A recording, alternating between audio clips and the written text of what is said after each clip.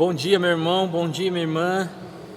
Que alegria estarmos juntos mais um domingo, mais uma oportunidade que nós temos de nos reunirmos para exaltar o nome do Senhor, para ouvir a sua voz. Eu quero te convidar nessa manhã de domingo a já reunir a sua família, se você estiver em família. Reúna todos aí. Não sei se você está assistindo essa celebração em frente ao seu televisor, ou se você está assistindo pelo seu celular, no seu computador, mas que você possa se reunir com os seus agora, que você possa aquietar de fato o seu coração, acalmar um pouco a correria da manhã, para que nós possamos dar início a essa celebração. Mais um domingo, mais uma semana que o Senhor tem nos sustentado e tem trabalhado em nosso favor. Eu quero, na manhã desse domingo, ler um texto que talvez você conheça de cor. É um texto que está lá no Salmo, no capítulo 23. Salmo no capítulo 23. Talvez você na sua casa nem precise abrir a Bíblia para ler esse Salmo. O Salmo no capítulo 23 vai dizer que o Senhor é o meu pastor e nada me faltará. Ele me faz repousar em pastos verdejantes, leva-me para junto das águas de descanso, refrigera minha alma, guia-me pelas veredas da justiça por amor do seu nome. Ainda que eu ande pelo vale da sombra da morte, não temerei mal algum, porque tu estás comigo. O teu bordão ou a tua vara e o teu cajado me consolam. Preparas uma mesa na presença dos meus adversários, unges a minha cabeça com óleo, o meu cálice transborda. Bondade e misericórdia certamente me seguirão todos os dias da minha vida, e habitarei na casa do Senhor para todo o sempre. Glórias a Deus.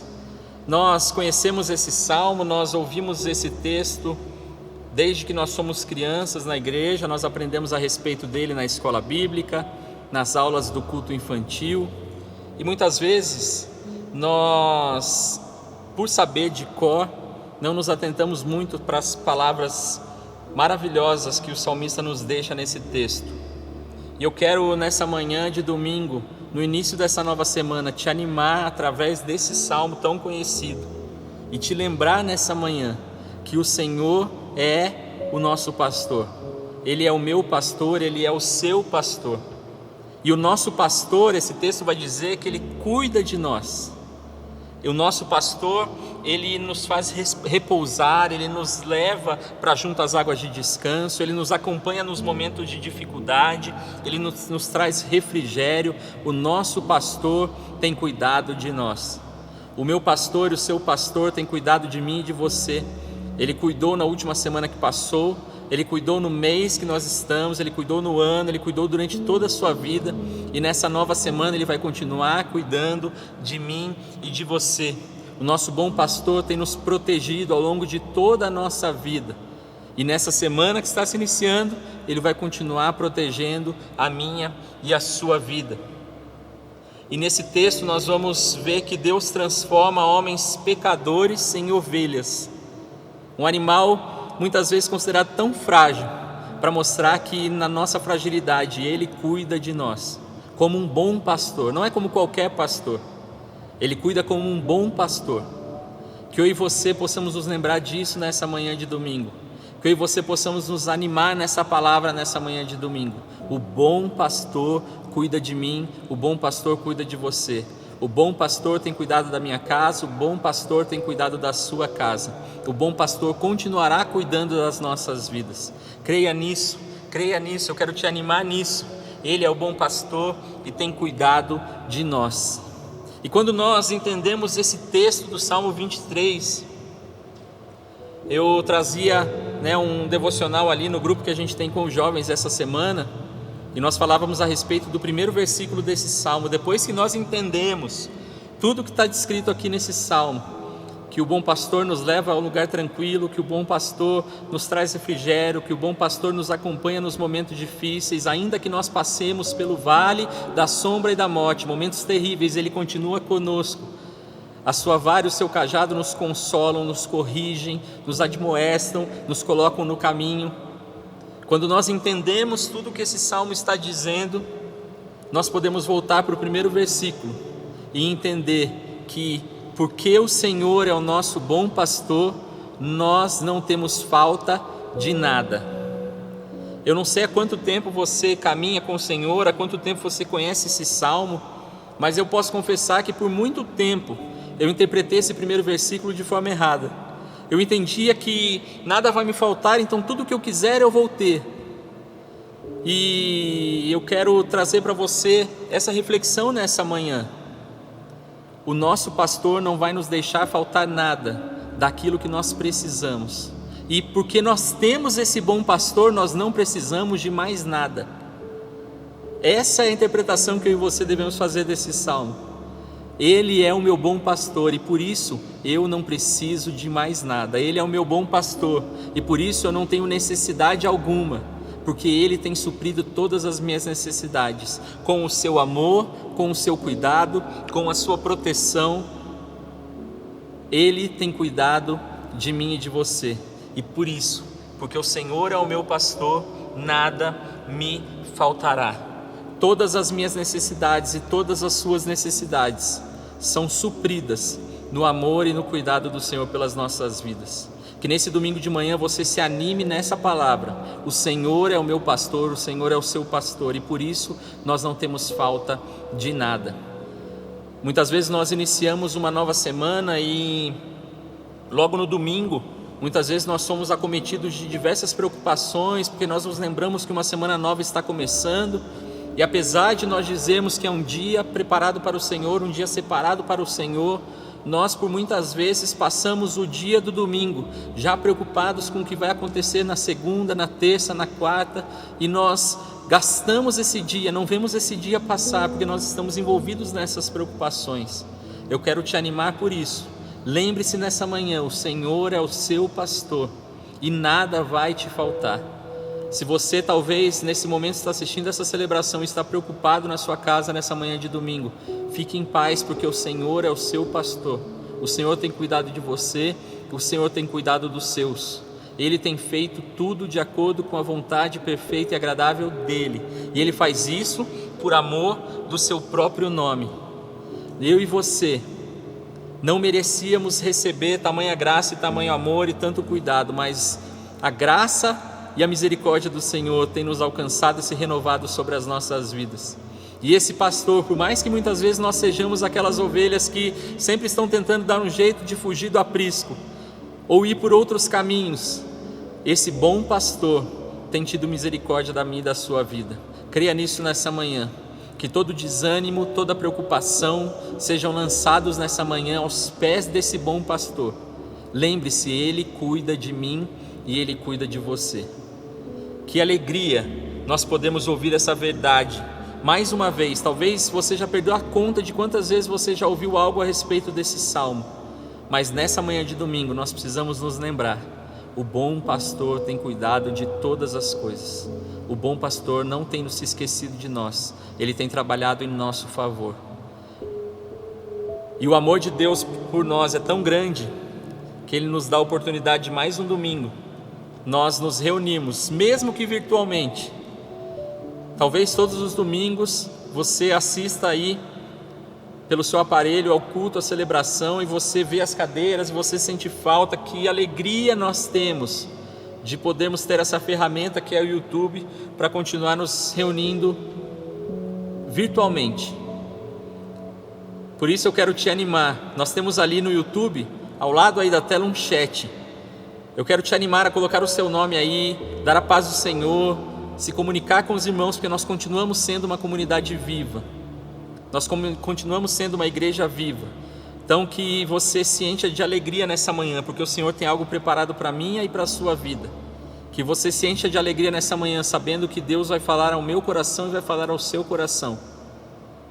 E que logo no início dessa celebração nós possamos juntos orar ao Senhor em gratidão por mais essa semana que nós estamos iniciando, e pedindo para que Ele mais uma vez use a vida do Tiago para trazer uma mensagem aos nossos corações. Que nós possamos estar com os nossos olhos e com os nossos ouvidos atentos a tudo aquilo que o Senhor quer falar e trabalhar conosco. Em nome de Jesus, feche seus olhos. Senhor, nós adoramos e exaltamos o Seu nome, porque nós não merecíamos estar nesse momento celebrando ao Senhor, mas a sua graça, a sua misericórdia nos encontraram mais uma vez. E nós pudemos ter uma noite de descanso, nos levantar da nossa cama e nesse momento nós podemos nos reunir, mesmo que virtualmente, para celebrar o seu nome. Muito obrigado, Senhor, porque o Senhor cuidou de nós na semana que passou e nós queremos que o Senhor continuará cuidando de nós nessa semana que está se iniciando hoje. Nós queremos te louvar, Senhor, porque o Senhor é um Deus fiel, o Senhor é o bom pastor que tem cuidado das nossas vidas. O Senhor é o bom pastor que tem cuidado das nossas necessidades. O Senhor é o bom pastor que tem suprido as nossas necessidades com o seu amor e com a sua misericórdia e com a sua graça. Muito obrigado por isso, Senhor. E nessa manhã nós queremos, em louvor ao Senhor, te pedir que o Senhor fale mais uma vez aos nossos corações. Que o Senhor possa usar mais uma vez a vida do Tiago e que nós possamos, Senhor, ouvir a boa palavra que o Senhor tem preparado para nós e que nós possamos ser enriquecidos por ela, que nós possamos ser alimentados por ela e que a partir dessa manhã nós possamos continuar sendo transformados pela Tua palavra poderosa. Muito obrigado por essa oportunidade de estarmos juntos. Nós louvamos o Teu nome nessa manhã, em nome de Jesus. Amém e amém. Vamos juntos ouvir a palavra do Senhor nessa manhã. Deus te abençoe.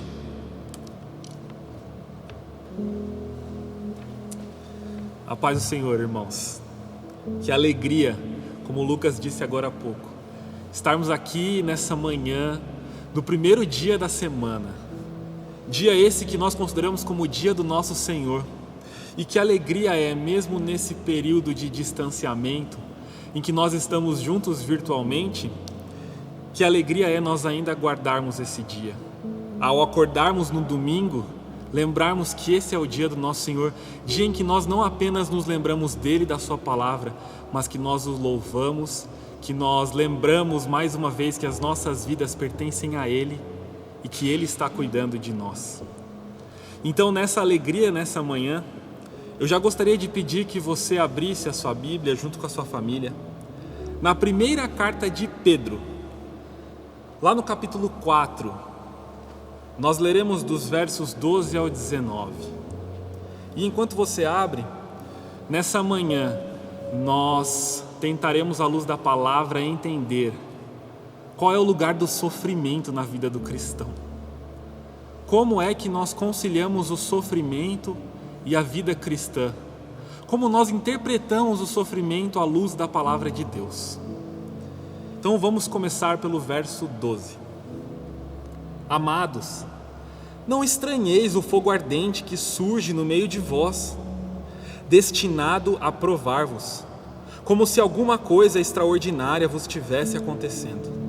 Pelo contrário, alegrai-vos na medida em que sois coparticipantes dos sofrimentos de Cristo, para que também, na revelação de sua glória, vos alegreis exultando. Se, pelo nome de Cristo, sois injuriados, bem-aventurados sois, porque sobre vós repousa o Espírito da glória e de Deus. Não sofra, porém, nenhum de vós como assassino, ou ladrão, ou malfeitor, ou como quem se intromete em negócios de outro. Mas, se sofrer como cristão, não se envergonhe disso. Antes, glorifique a Deus com esse nome. Porque a ocasião de começar o juízo pela casa de Deus é chegada. Ora, se primeiro vem por nós, qual será o fim daqueles que não obedecem ao Evangelho de Deus? E se é com dificuldade que o justo é salvo, onde vai comparecer o ímpio? Sim, o pecador. Por isso, também os que sofrem segundo a vontade de Deus, encomendam a sua alma ao fiel Criador, na prática do bem. Que o Senhor nos abençoe. O sofrimento, de um modo geral, faz parte das nossas vidas muito mais do que gostaríamos. Afinal, quem de nós é que conta com o sofrimento quando nós planejamos a nossa vida?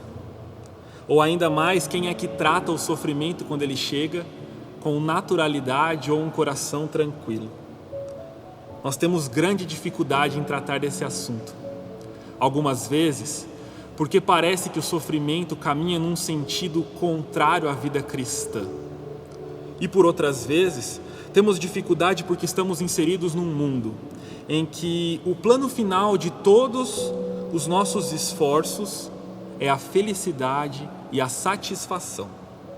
Qualquer coisa que vá contra isso, como por exemplo o sofrimento, é algo que está disposto a quebrar os nossos planos e desejos de sermos felizes. Mas, irmãos, nós precisamos ter a nossa visão reajustada pela palavra de Deus, para nós compreendermos um dos lemas que ficaram gravados para os puritanos: aquele que sofre, vitorioso é. A carta aqui escrita pelo apóstolo Pedro tinha como destino principal os cristãos que viviam espalhados pelas cidades do Império Romano. Esses cristãos estavam provando de grande sofrimento e perseguições tanto de judeus quanto do próprio império. Alguns teólogos vão resumir que Pedro nessa carta busca interpretar e aplicar o texto de Isaías 53 à vida desses cristãos, de modo que eles provem da graça de Deus, mesmo em meio ao sofrimento. Quando Pedro trata nesta passagem sobre sofrimento, ele está tratando de um sofrimento específico. Ele está falando do sofrimento que eles sofriam por serem cristãos, pelo nome de Cristo, pelo fato de manifestarem o cristianismo. Era exatamente isso que ele tinha em mente ao escrever essa carta. Mas quando nós analisamos a carta como um todo, nós podemos perceber que todos os princípios que aqui foram aplicados podem também serem aplicados a todos os nossos tipos de sofrimento, a todos os sofrimentos que nós enfrentamos durante a vida. E antes de prosseguirmos, é importante nós frisarmos os 3 principais tipos de sofrimentos que nós enfrentamos. O primeiro é exatamente esse que Pedro coloca: é o sofrimento por sermos cristãos, por manifestarmos o nome de Cristo e o cristianismo e sermos perseguidos de alguma forma por causa disso. Nós temos um segundo tipo de sofrimento, um sofrimento comum e ordinário. É o sofrimento pelo simples fato de que estamos num mundo manchado pelo pecado. É o sofrimento que atinge crentes e não crentes. Por exemplo, quando uma chuva atrapalha uma lavoura, ela pega crentes e descrentes. Quando empresas quebram no meio de uma crise financeira, elas pegam crentes e descrentes. Todo ser humano, por exemplo, é afetado por uma pandemia, crentes e descrentes. É o sofrimento ordinário e comum que todos nós enfrentamos porque estamos num mundo manchado pelo pecado. Mas existe um terceiro tipo de sofrimento, o sofrimento que nós enfrentamos, que é causado por nós mesmos, pelas nossas escolhas erradas e erros que cometemos. Este tipo de sofrimento Pedro também tratará no nosso trecho. E dito isso, nós podemos seguir adiante.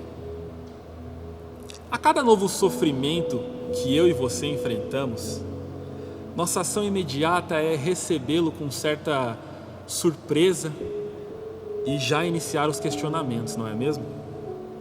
Quando o carro quebra, quando as contas do mês ficam mais apertadas do que o normal, ou até mesmo quando nós nos deparamos com uma nova doença em nós ou na nossa família, nossa primeira reação é ficar surpresos e logo em seguida começa: por que comigo? O que eu fiz para merecer isso? Mas justo agora? Nós chegamos até mesmo a pensar: acho que Deus está sendo injusto comigo. Bom, logo de cara, Pedro já nos alerta de que não devemos tratar o sofrimento como sendo algo extraordinário. Não devemos tratar ele como se fosse algo fora do comum, exatamente o contrário. Devemos tratar o sofrimento com uma certa naturalidade, entendendo que ele faz parte da nossa vida. Mais do que isso, ele faz parte do nosso dia a dia. Mas não somente isso. Quanto ao propósito, por diversas vezes eu e você tentamos ficar encontrando os propósitos específicos de Deus para cada tipo de sofrimento que nós passamos. Nós precisamos entender, meus irmãos, que se for da vontade de Deus revelar o seu propósito específico no seu e no meu sofrimento, Ele revelará. Mas se não for de sua vontade, Ele não revelará. Entretanto, a sua palavra deixa claro que o sofrimento na vida de um cristão sempre tem um propósito geral. E Pedro está dizendo isso. Qual é o propósito do sofrimento na vida do cristão?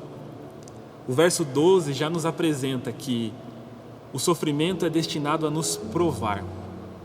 A ideia aqui é a ideia do ouro sendo purificado. O ouro no seu estado original, ele está junto com outros metais, outras ligas, outros tipos de impureza e sujeira. Ele precisa passar pelo fogo a fim de que, depois de um certo tempo, ele atinja um nível de pureza desejado, sendo separado, sendo limpo. E o que acontece com o sofrimento nas nossas vidas é exatamente este processo de purificação e limpeza, mas não do ouro, e sim da nossa fé. Por isso, Pedro está dizendo para não nos admirarmos com o fogo ardente que vem sobre nós. A intenção é que a nossa fé seja limpa de suas impurezas e manchas, que Deus molde e adeque a nossa fé da maneira como Ele quer que ela seja. Deus utiliza o sofrimento como este processo de purificação da nossa fé, a fim de que ela seja aperfeiçoada, dia após dia. Mas nós não somos alertados somente a não estranhar os sofrimentos, mas nós somos chamados a sermos coparticipantes dos sofrimentos de Cristo. Isso já está no verso 13. E nisso reside uma lição importante demais para nós, que deve mudar a forma como nós enxergamos os nossos próprios sofrimentos. Você já parou para pensar acerca dos sofrimentos de Cristo? Eu e você temos uma tendência muito grande quando falamos do que Cristo sofreu, a irmos direto para a cruz, a já imaginarmos aquela cena em volta de dor e sofrimento. Quando nós fazemos isso, de certa forma nós diminuímos aquilo que o nosso Cristo sofreu. Com isso eu não quero dizer que o sofrimento na cruz e a dor que Cristo passou naquele momento seja pequena, não. Mas o que acontece ali é o ápice de uma vida de sofrimentos. Não é à toa que Cristo é conhecido como servo sofredor. A sua vida acontece em volta de sofrimentos. Vamos pensar sobre isso. No seu nascimento, Jesus, aquele que nem céus e terra podiam comportar, nasceu numa manjedoura, um local que não é adequado para o nascimento de um bebê. Mais do que isso, Jesus, aquele de quem o mundo inteiro depende, agora se viu dependente de uma mulher para ser alimentado. Na sua infância, aquele que possui todos os tesouros de sabedoria, se viu tendo que se desenvolver e aprender. Na sua idade adulta, ele não é recebido como o rei que ele é. Pelo contrário, ele é rejeitado pelo seu próprio povo.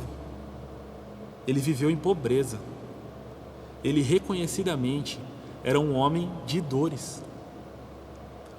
E aí sim chegamos ao ápice do seu sofrimento. Ele é julgado e condenado, mesmo sendo inocente. Ele é açoitado, ele é coroado de forma indevida. Ele é crucificado e mesmo na cruz, ele é zombado.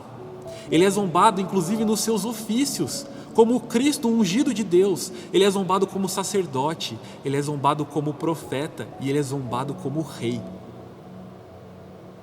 Dificilmente uma pessoa em sã consciência gostaria de passar por coisas semelhantes ou ser chamado a passar por coisas semelhantes. Mas eu e você somos chamados a sermos coparticipantes do sofrimento de Cristo. Isso claramente tem um motivo. Nós teríamos razão suficiente se apenas analisássemos a ordem de que nós devemos seguir ao exemplo de Cristo. O próprio Pedro nessa carta relata isso, lá no capítulo 2, verso 21. Se nós temos verdadeiramente por objetivo a cada dia sermos mais semelhantes e nos identificarmos mais com o nosso próprio Mestre, então nós deveríamos desejar ser coparticipantes do seu sofrimento. E é verdade, ser coparticipante nos faz sim, cada vez mais semelhantes ao nosso Mestre. Mas não só isso. O que Pedro está dizendo aqui é que nós somos chamados a sermos participantes do sofrimento de Cristo, para que eu e você também sejamos participantes da sua exaltação, da sua ressurreição. Na vida cristã, o sofrimento e a humilhação sempre precedem a exaltação e a glória. Foi exatamente assim na vida de Cristo. E assim será na vida do seu povo, assim será na sua e na minha vida, se realmente desejamos seguir a Cristo. O puritano John Flavel, compreendendo essa conexão entre sofrimento e humilhação com a exaltação, disse o seguinte acerca do nosso Senhor: "Oh, que mudança é essa! Aqui ele suou, mas lá ele se assenta. Aqui ele gemeu, mas lá ele triunfa. Aqui ele ficou estirado no chão, mas lá ele se assenta no trono da glória." Quando sofremos como coparticipantes de Cristo, nós podemos entender que o texto de 1 Coríntios 15:20 está fazendo referência a mim e a você.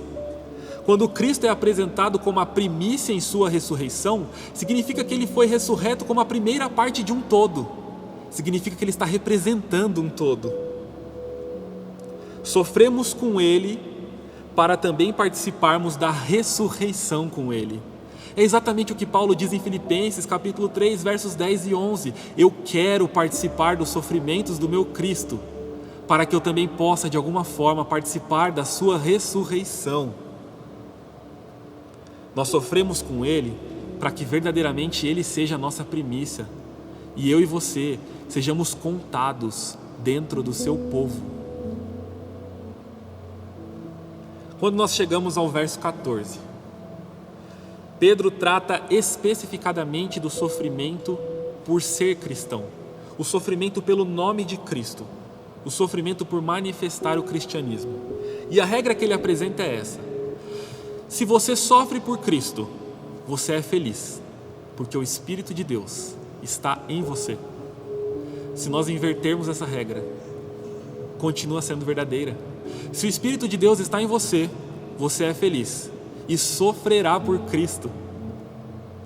Irmãos, ser verdadeiramente cristão incomoda as pessoas. Isso porque o cristianismo incomoda as pessoas. Com isso, eu não quero dizer que você e eu precisamos ser chatos. E é verdade, muitas vezes eu e você somos chatos. Mas o que eu estou querendo dizer é que o cristianismo em si incomoda as pessoas, porque o cristianismo tende a revelar os seus pecados e os seus erros. Isso serve de alerta a nós. As pessoas com quem convivemos que não creem no nosso Senhor, elas se incomodam com o nosso cristianismo? Elas se incomodam com o nosso Cristo e a sua palavra? Se a resposta for não, elas não estão enxergando em nós Cristo, elas não estão enxergando o seu evangelho, a sua mensagem.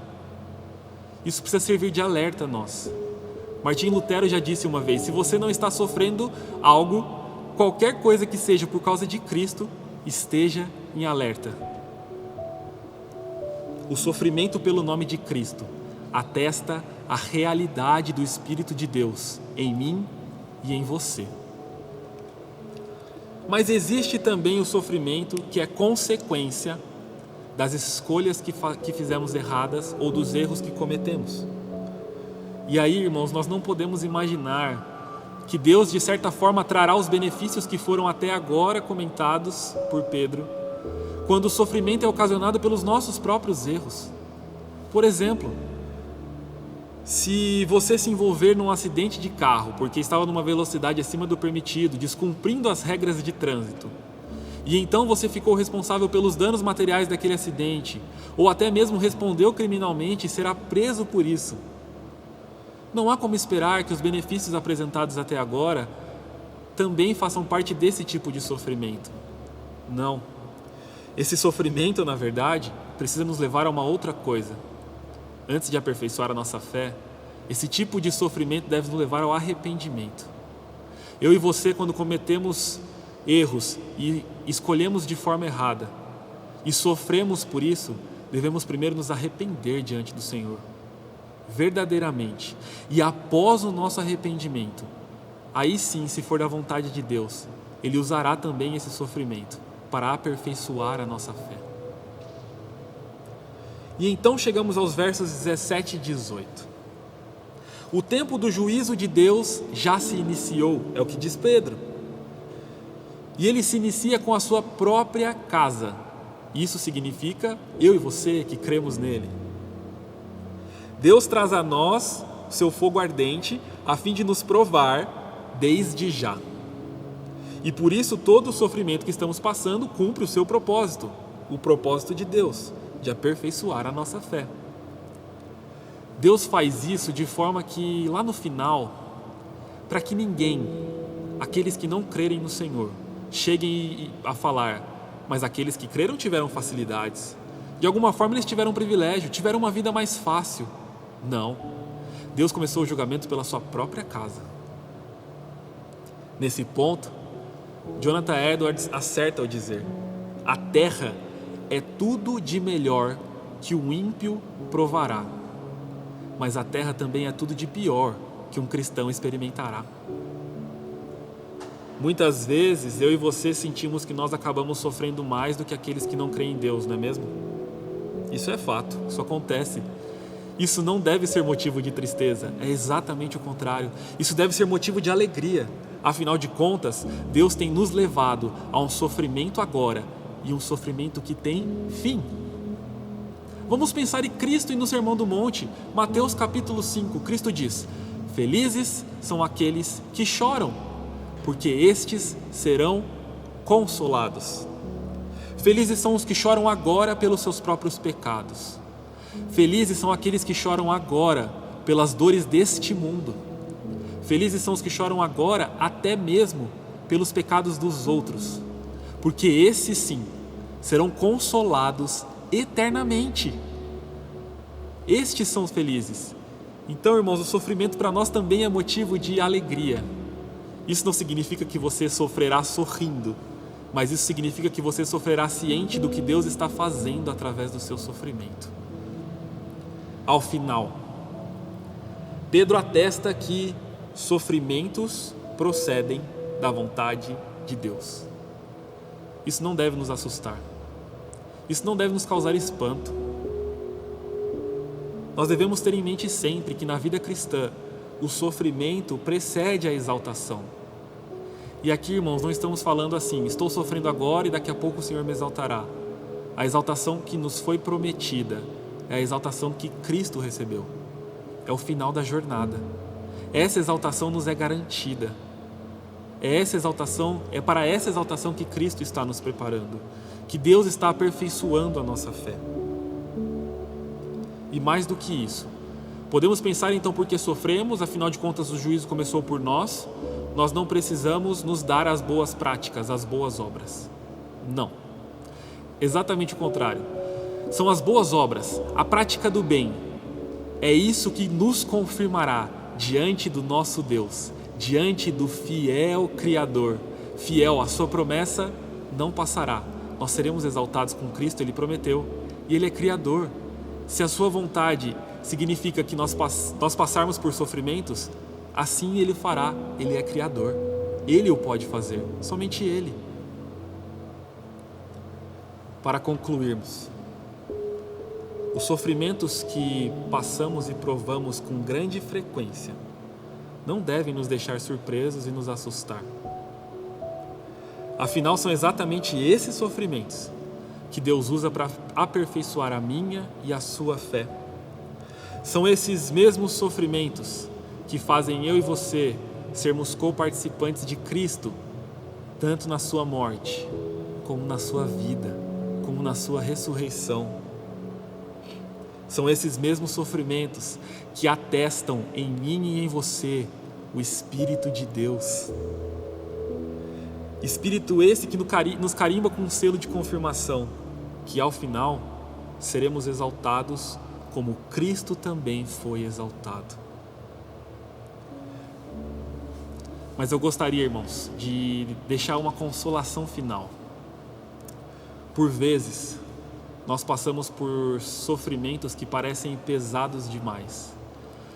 Sofrimentos que despertam em nós sentimentos que nós não provamos antes. principalmente neste momento que nós estamos passando, você pode estar sofrendo mentalmente, fisicamente, financeiramente, ou talvez você esteja passando por um sofrimento que não tem nada a ver com essa pandemia. Talvez algum familiar seu esteja passando por uma nova doença que vocês não conheciam.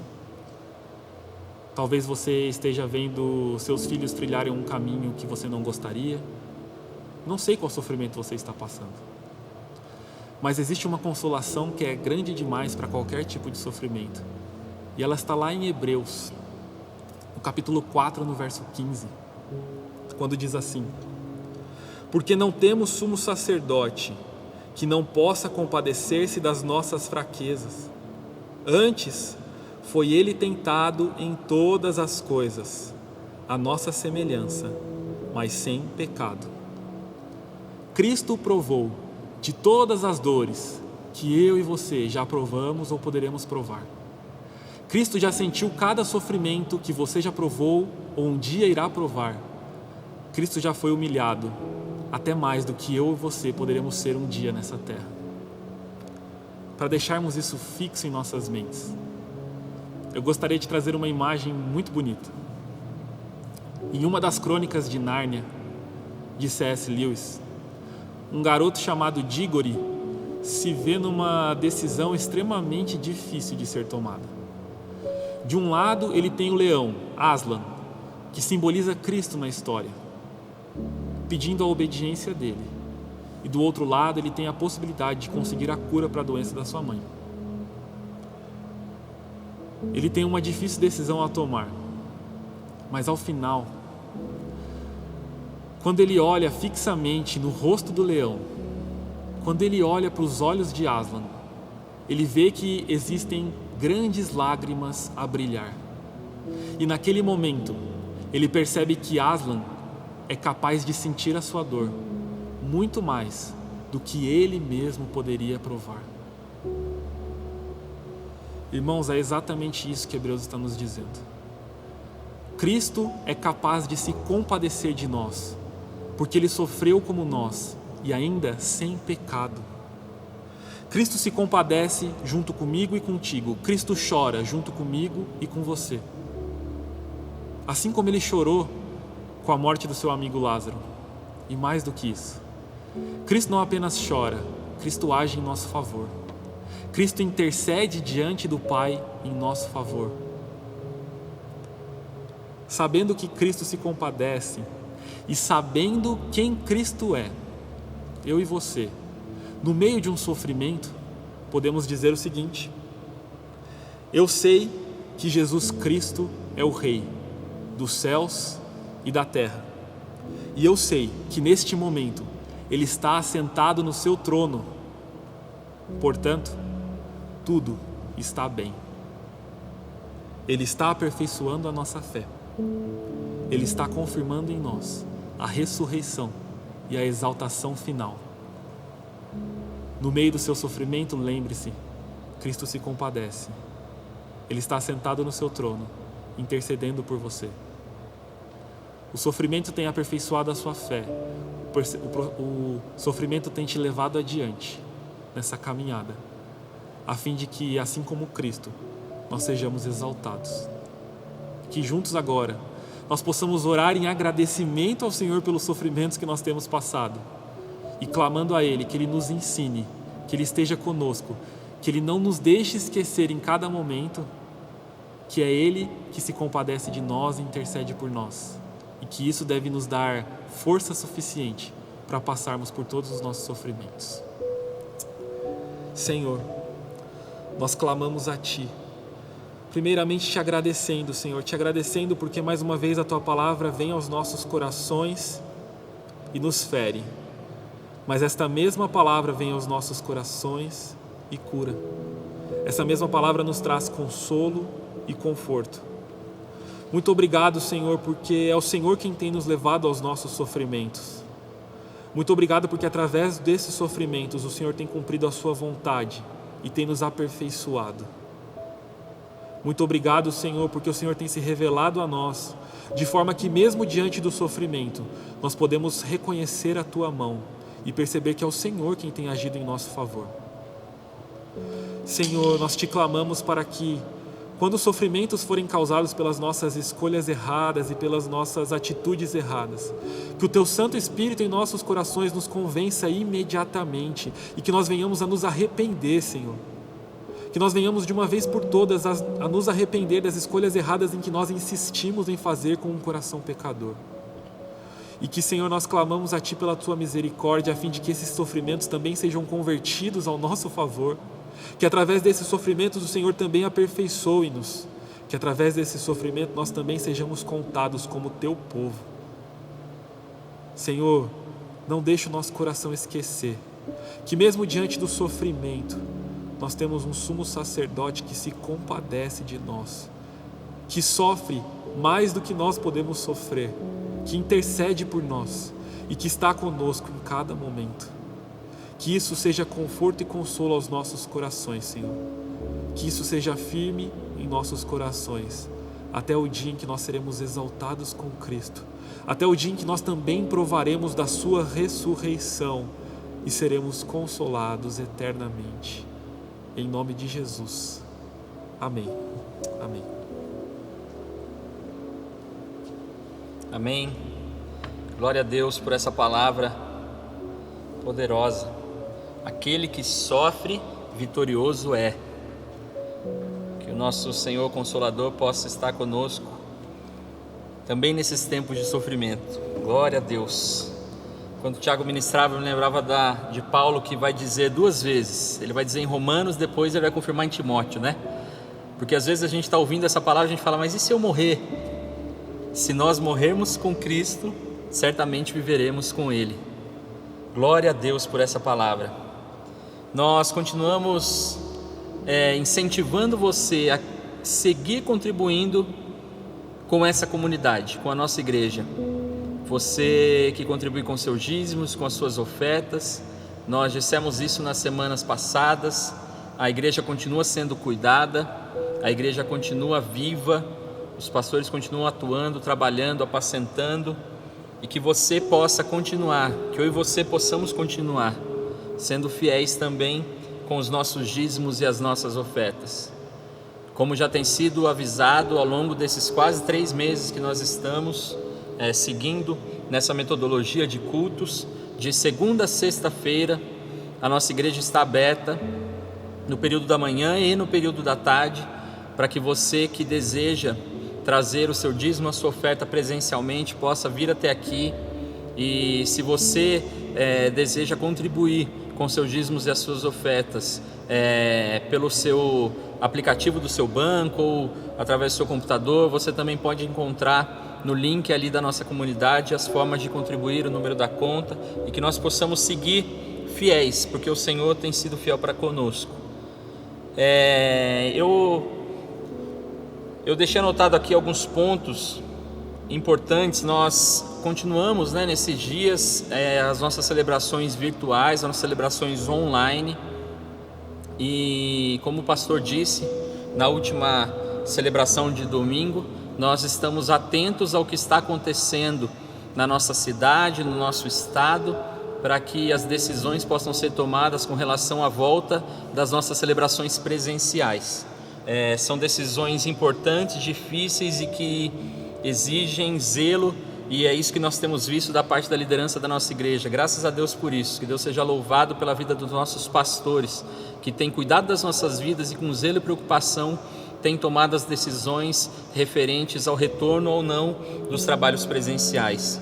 Talvez muitos dos irmãos não saibam, mas alguns, no plural, irmãos da nossa comunidade foram acometidos ao longo desses 80, quase 90 dias da Covid-19. Alguns irmãos tiveram a doença, alguns estiveram internados, outros se recuperaram em casa, e nós seguimos orando e acompanhando os irmãos.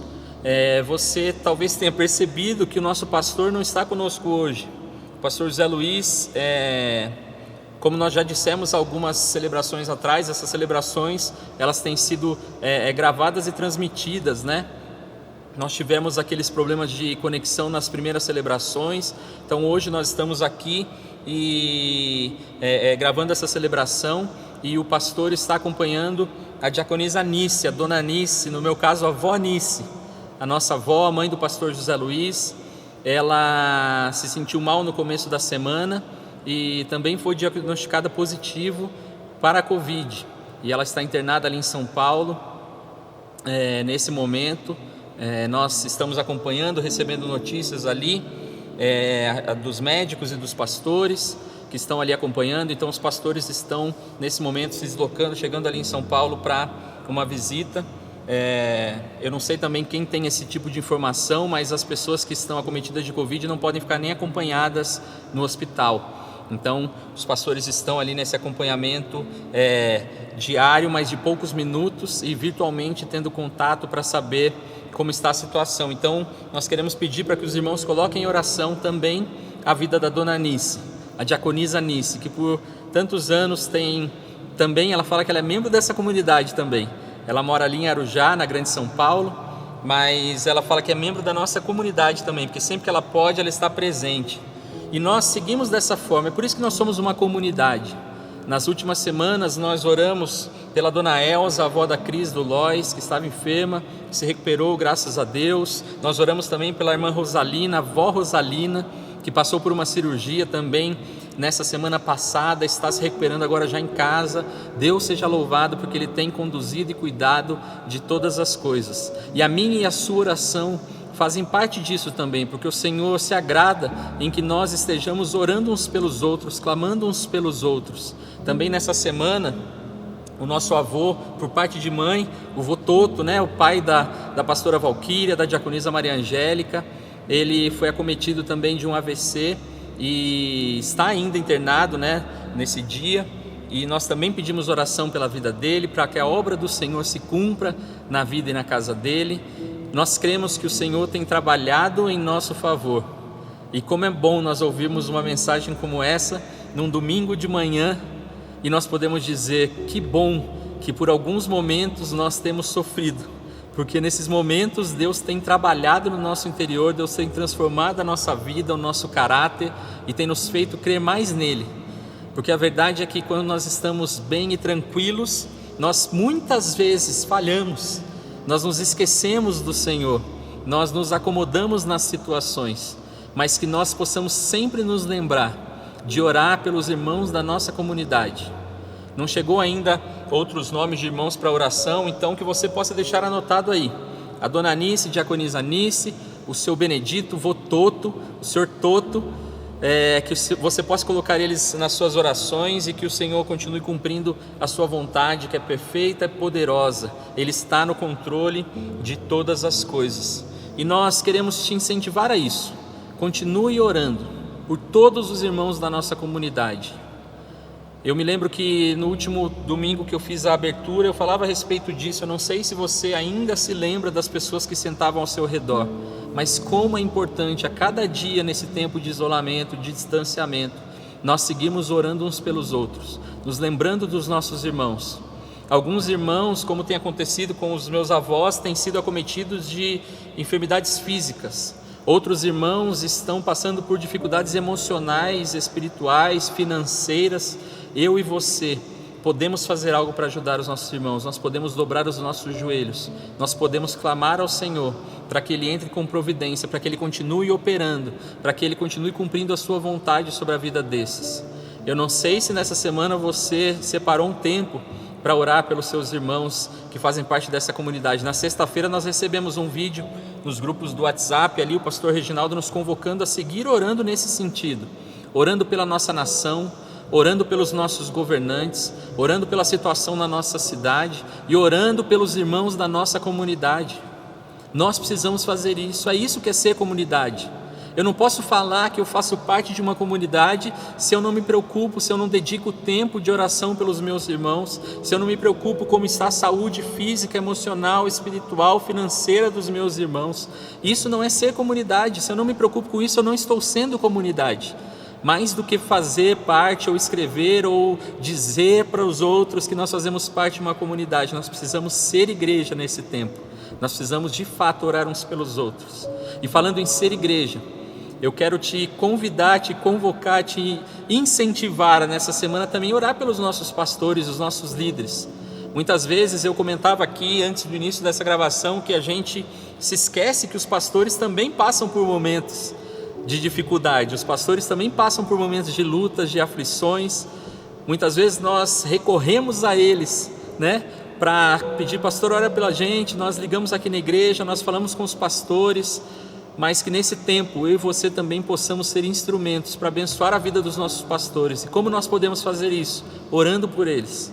Que você possa se lembrar deles nas suas orações, homens e mulheres que o Senhor tem levantado nesse lugar, para conduzir a minha casa e a sua casa, em direção à vitória, em direção à Canaã celestial. Que o Senhor possa ser com eles também nesse tempo, e que eu e você possamos continuar conectados. Nós estamos vivendo esse tempo de distanciamento, mas nós temos vivido um tempo totalmente diferente na nossa comunidade. Nessa noite nós vamos falar da nossa agenda completa, mas essa semana, por exemplo, nós teremos compromissos todos os dias da semana. Na segunda, na terça, na quarta, na quinta, na sexta e no sábado. Que eu e você possamos fazer parte disso.